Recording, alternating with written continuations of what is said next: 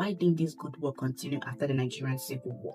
Why did were they not sustainable? You get, because if you're making policies, a hallmark of a good policy is that the policy is self-sustainable. It should be sustained. So why?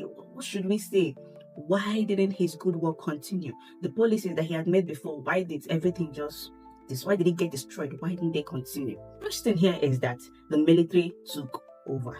Remember, his reign or his administration was between 1959 and ended in 1966. 1966, that was when the military coup took place. Now, after that coup, the military took over. I think it ended the civilian rule. The military took over, and Colonel Chukwuma Odomegwu Ojukwu became the military governor of the Eastern region. He became the military governor of the Eastern region, and civilian politics were suspended as at that point. So no civilian had any position of power. As at that point, because we're now under military rule.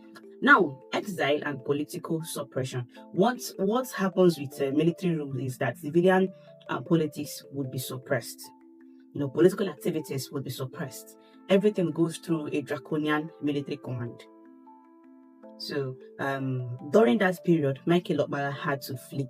So he fled to Ireland, and he later went to Europe during the war and after the war. He could not come back. Now, another thing that's happened here is the loss of infrastructure and the resources. So we know how the war is. The war destroys. It will pull things that they were throwing missiles, they were throwing bombs. So all the infrastructures, people were running away from their houses. So every structures that were being placed by Dr. Michael Okpara did what? It got destroyed. So the war destroyed most of what Dr. Michael Okpara had built.